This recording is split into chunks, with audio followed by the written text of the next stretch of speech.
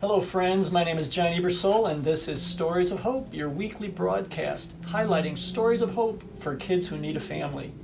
Together we hear stories of hope, children who desperately need hope, and all of them are in our foster care system and all of them are served at Liddy Home.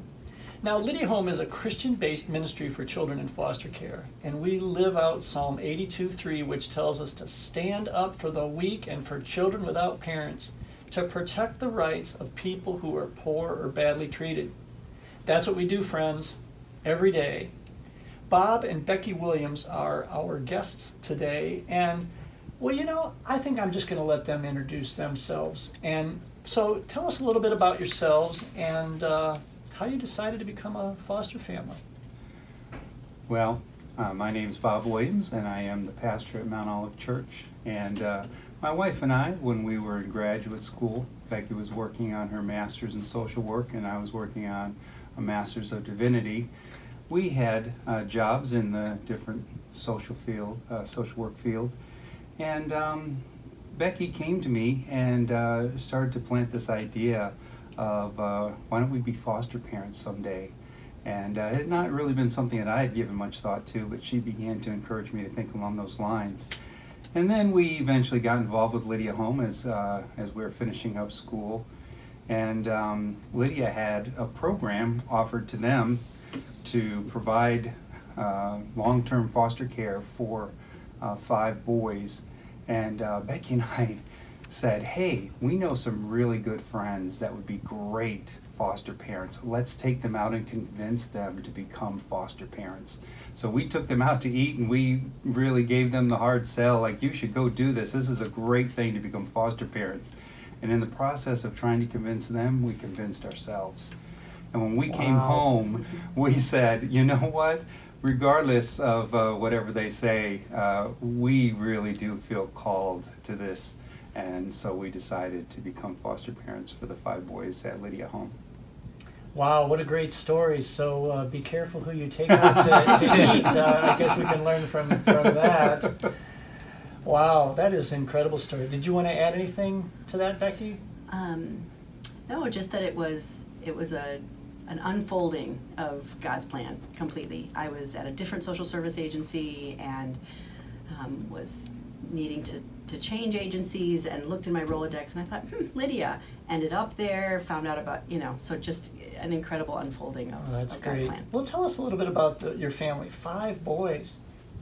Yeah, so inside of 6 months, we moved into a new home. We welcomed 5 boys into our home, and I gave birth to our first biological son. I wouldn't necessarily recommend that kind of rapid family, but it was amazing. It was really amazing. It was amazing for all of us. Our foster sons were able to have a little baby brother right away, and they had a blast with him, carrying him in backpacks and doing all kinds of fun things with him. So yeah, it again wasn't something that we said, oh, this is how we're going to do this. It just kind of all unfolded, and it was an amazing ride. Wow, that's a lot. 6 kids in 6 months. That's a lot. That's a very much. Well, friends, you're hearing about Liddy Home and the foster care that's involved with them. Liddy Home is serving children and youth in foster care. And you may be wondering what you can do to help. Well, friends, our greatest need is for families to do what Bob and Becky did, which is to step up and to become a foster family. And you don't have to do it for 5 kids. And in our next segment, you're going to be hearing some more, so keep listening. But if you want more information, please go to our website, hopeforourkids.org. Hope for Our Kids, all spelled out, .org. And you can support kids by donating there, becoming a monthly partner. If you have questions, you can ask us. If you're interested in foster care, there's a simple 1-page little thing you can fill out, and we'll get back to you. Well, here at Stories of Hope, we're with Bob and Becky today, so let's talk more about your family. Tell us a story about one of your boys. Well, John, one of the beautiful things about becoming a foster parent is not only the opportunity that you have both to serve and create a family environment where children can experience love and hopefully receive some good wisdom and insight on how to negotiate life. But as a foster parent, you gain so much in return. And I remember one of the first times we loaded up the van with 6 boys and Becky and me and headed off to the East Coast, because that's where my family is.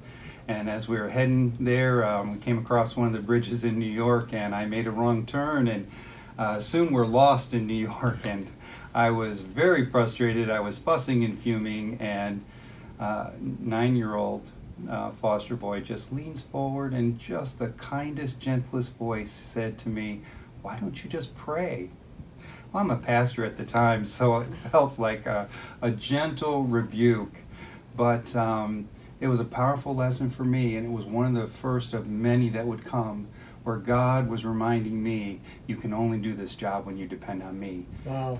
And that's ultimately what life truly boils down to, is learning that day-to-day dependence on God, and that constant sense of, I have gotten a little off track, or I have disconnected here from the Lord, or I'm not walking in step with the Spirit, and that sense of just saying, I should just pause and pray, and God gives a peace, as Paul says in Philippians 4, that surpasses all understanding. And God takes the responsibility of guarding our hearts and minds, and to really learn that lesson in a very tangible way from a 9-year-old foster boy was just awesome. Wow. And very memorable for me. Wow, obviously has stuck with you, Bob, and the impact of God using your son to bring you that message of encouragement in the midst of being lost in New York. Well, I'm sure there's other guys out there that can relate to being lost and not wanting to stop and ask for directions. Of course, we don't have to do that anymore now with We GPS. don't. I tell you. Well, what is it that you said a little bit about this already, as far as that you benefiting from having the kids, but what is it that you like the most, and what's the hardest about fostering? Because anybody who has children knows it's not all easy. And It's not, and there is a lot of stress that comes, especially when you bring young men into your life that you did not train them from the beginning, and so they enter into your lives with a very different set of values, and you have to help to reshape those. That creates some real stress and can create some real frustrations and miscommunications and so forth. And so there was a particular time where there was a lot of frustrations building with one particular young man, and the tension was thick, and Becky and I were trying to offer insights, trying to be helpful, trying to figure out how can we make this situation better. And the first child that we had, Becky mentioned a little earlier that she was pregnant with him when we first took the boys in. He was now about 4 years old. And all of us could feel this tension. I think even as a 4-year-old, he could feel it. And the one boy that we were having the tension with was in the kitchen, just drinking some water. And my 4-year-old walked in and simply said to him, "So-and-so, I love you, and I'm so glad you're my brother." And it just made such a special connection between them. It helped him to understand he was in a home that really cared for him and loved him. And it just helped to ease so much tension. And again, that reminder, we are offering all kinds of, helpful insights, and probably sometimes badgering or whatever, but it's the simple communication of love that makes a difference in someone's life, and that's what turned the situation around at that time. yeah, from a person that you wouldn't have expected it, a 4-year-old who gives that kind of love and encouragement to his Amen. older God brother. can speak through a 4-year-old. Amen. Well, yeah, God used a donkey on the road to Damascus. There you go. He can use any of us, I think. Well, that is exciting, and that's something that we often say at LYDIA, that what the kids are needing, it's not rocket science. It's difficult, but it's not rocket science. It's love, limits, and fun, and that's what they're looking for. And Becky, did you want to add anything to that as far as what you like, or what's the hardest? Yeah, you had said what you liked, and some people think, oh my goodness, you had 5 boys, but there was never any lack of enthusiasm and fun I'm actually sure. in our house. I remember one time the Olympics were on, and two of the boys came downstairs with capes on, and they said, we're gonna make a race around the block. And I said, let's do it. We got time clocks out, and they all raced around the block. And so it was just fun to have that much energy in our house all the time, and that was just enjoyable. As far as difficulty, I think the difficulties come on the expectations you put on yourself.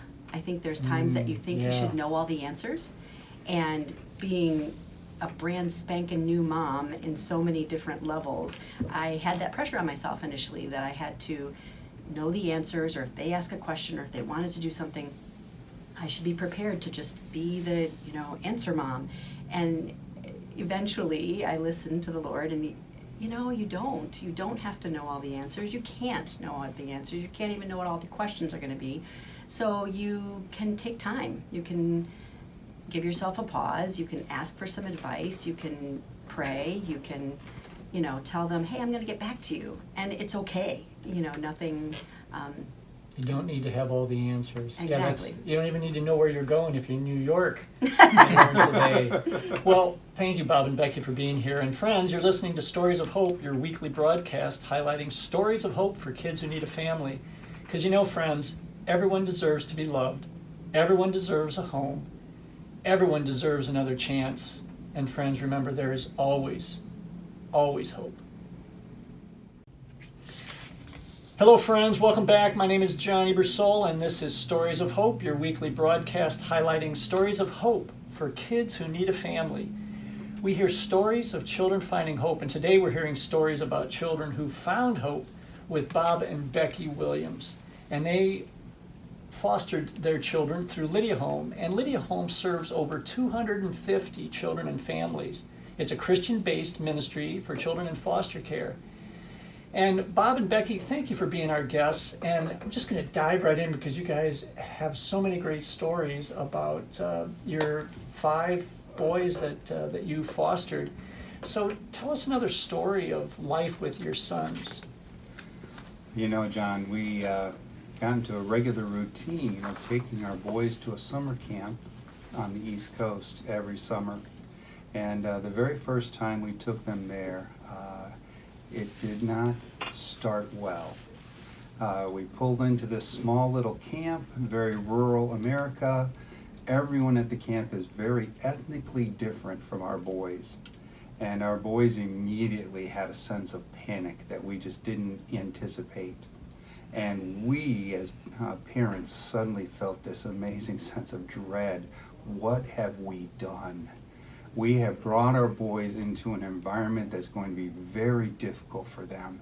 And we were just overwhelmed with a sense of just anxiety and nervousness. What will happen this week? And it was a basketball camp, and the boys got out of the van and started to meet some folks, and within a few days they made friends. They became the rock stars of the camp. Every single kid wanted them on their basketball team. Oh, wow. Every time they broke up into teams. And by the middle of the week, we hear campers yelling out our boys' names all the way across camp, waving to them and screaming to them. They truly were the rock stars of camp. And by the end of the week, every one of our boys said, we want to come back here next year. And I just remember thinking, we wanted just a good camp experience. It initially seemed like it was going to be an absolute train wreck. And God just showed up and reminded both Becky and I, there are things that He does that go beyond anything that we can do. He is just good and gracious and merciful when we simply step out and are willing to be servants for Him. Right, and does more than we can ask or imagine, as Amen. Ephesians says. I'm sure you had prayed about that, but this had gone beyond anything that you had thought or imagined or Amen. prayed for. So that's Very good application. what a great story, and what a great encouragement for your boys to find a place and to find a way in a place where they're different. Wow, that's great. Well, what are some of the needs that you helped your boys with?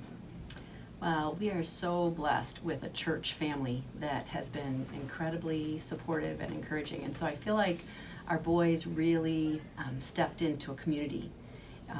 And so many people from the church just came alongside them. Yeah, it takes a volunteered. village. It takes a village, and if that village loves the Lord, all the better. For sure. So, so I feel like they had opportunity to know what it's like to be a part of a community. Not, they, I believe, received love and acceptance and support and encouragement from Bob and I, but to have a whole community come around you and encourage you and invite you over and celebrate your joys and pray for you in your struggles is an amazing thing, a God-given thing that he set up the body of Christ to operate that way. And I think that was one of the things that we benefited from and they benefited from. Well, it's huge because parenting, period, is too much for any one person or two people, where there's two parents in the family, and to have extended family, whether it's a biological family or church family, is just, crucial. I certainly know that. My wife and I know that from our experiences, the importance of having a church family to provide encouragement. Well, on that note, friends, we need people to pray, because as you've heard, it's the God who shows up and blesses our little loaves and fishes that we bring to the table with whatever it is that we're doing, whether it's parenting or fostering. But these children need your prayers, so please go to our website and download a one-page guide if you're looking for some help with that. And you can go to hopeforourkids.org, all spelled out, Hope for Our Kids. We also need volunteers to serve as mentors and also in our front office. You can go to that website and give us your information or call us at the main office at 773-355-5577 and ask for Melina. Call 773-355-5577. Well, you are listening to Stories of Hope, and we're listening to Bob and Becky Williams talk about their stories of being foster parents. So, here's the big question, because we're looking for foster families, and we're looking for 24 by the end of the year, and that's a God-sized goal, because that is not humanly possible. So what would you say to anyone who's listening to this? What would you say to them as they're prayerfully considering whether to find out more information about being a foster family? First, I think you hit the nail on the head. They need to be in prayer and asking God, how they can step into this, and then trust the Lord. They need to know. Again, they don't need to know all the answers. They don't need to see into the future. They just need to step out and trust that God is going to be in it with them. He's made it very clear to us that true religion is to take care of widows and orphans. And so you don't have to wonder, is this what God would want me to do? Because it is. It is something He's already told us. He's already told us. I think that's absolutely. James, isn't it, Pastor Bob? Amen. Yes, it is. And then know that you will not be in it alone. I can definitely testify that Lydia will be standing beside you, praying for you, offering help, offering referrals, offering support and encouragement. And then, of course, you have your support net that you already have in your life, your church, your family. So realize that you don't have to be the superstar parent that's going to step in and know all the answers and do it alone. You will not be alone. And know that it'll be awesome, that it will be more than you could imagine. It'll be different than you imagine, but you will be blessed. As we've just mentioned the different stories of things that our guys did. One last one I'd like to mention, one of our guys, there was a family that lived 2 doors down from us, and they had some real tragedy in their life. The husband had passed away, and then just months later their house caught on fire. And one day after school, one of our guys just went over and knocked on their door and said, hey, I just want to let you know that I'd be happy to help you if you need anything. Just take out the garbage or mow your lawn or whatever. And he didn't even tell me he did that. She told me. The lady who lived down the block just said to me one day, wow, your kids are really awesome. Wow. And just a great thing that when kids do receive that love and care, they do pass it on, and you can be a part of that. So you definitely should consider it and step out. Well, that's great, and that's such a great reminder that we can only give what we have received, and so clearly, your boys received your love, and that one in particular, to reach out and pass that on to a neighbor in need. So to pray, to remember that they're not alone, that they have the support of Liddy and certainly their network and their church if they're involved with the church.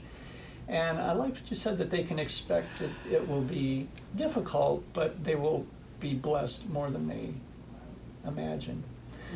Bob, what would you add to that for people who are prayerfully considering becoming foster parents? Yeah, if I could just build on that whole idea of the blessing that it truly is. When Becky and I began to foster the 5 boys, there were, of course, many situations that came up that we felt so ill-prepared. And there was one particular boy that Because you guys were young. We were younger than you're today. Not that you're not young now, but... Yes, we were in our mid-30s at the time, and had been married for 9 years without children, and then suddenly had 6. So a lot of life came at you very fast. And I do remember one of my boys was starting to make some choices that were not good. And I just stumbled upon, by happenstance, some information that was very helpful in directing him and talking with him and so forth. And the Lord just began to lay in my heart, you can ask me to show you things. And that became a routine prayer in my life, and even to this day, I began to just incorporate into my regular times of praying, Lord, reveal to me what I need to know. And I can just tell you, time after time, when I prayed that prayer, God brought information that was so helpful. Someone would share an insight.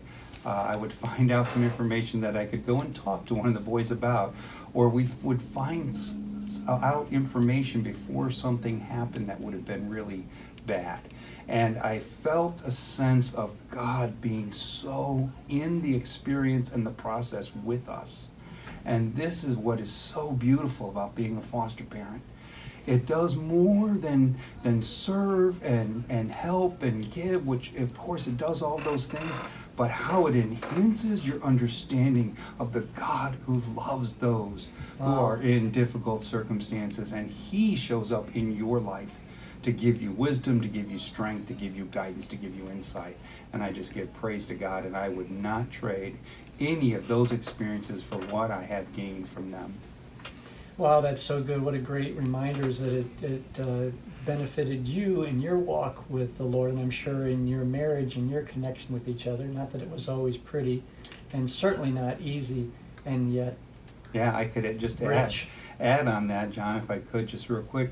I was coming home from church one day. Becky had asked if I'd come home early, and it wasn't too uncommon for her to sometimes just feel so overwhelmed after the boys came home from school. And so on the way home, I was just telling myself, I am going to really let her know what she needs to do, and do things differently. And the Spirit of God simply said, I did not call one parent to foster these boys. I called 2. You need to support her. And that was a powerful moment where God just stopped me in my tracks, humbled me, and helped me to step back and become a support. And it was very, very powerful. You get those moments when you make a choice to be a foster parent. Thanks for joining us today, friends, with Stories of Hope. Check out our website, hopeforourkids.org.